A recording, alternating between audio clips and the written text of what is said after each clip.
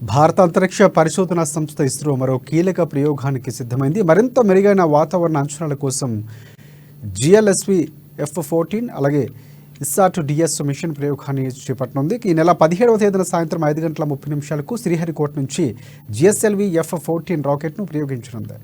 ఇక ఇన్సాట్ 3DS వాతావరణ ఉపగ్రహాన్ని Jio సీక్రోమ్ transfer ఆర్బిట్లో నుంచి ప్రవేశపెట్టనుంచింది. ఈ మేరకు ప్రయోగానికి సంబంధించిన వివరాలు ఎక్స్లో ఇస్రో షేర్ చేసింది. జిఎస్ఎల్వి 3 దశల లాంచ్ వెహికల్ అని, ఇది 517 మీటర్ల పొడవు, 420 టన్నుల బరువు ఉంటుందని ఇస్రో వెల్లడించింది. వాతావరణ పరిశీలన కోసం ఇస్రో ఈ ఇన్సాట్ 3DS ఉపగ్రహాన్ని రూపొందించిందని చెప్పారు. మెరుగైన రీతిలో వాతావరణ పరిశీలనలు, వాతావరణ అంచనాలతో పాటు భూమి, సముద్ర ఉపరితలాలను పర్యవేక్షించేందుకు ఉపయోగపడుతుందని తెలిపారు.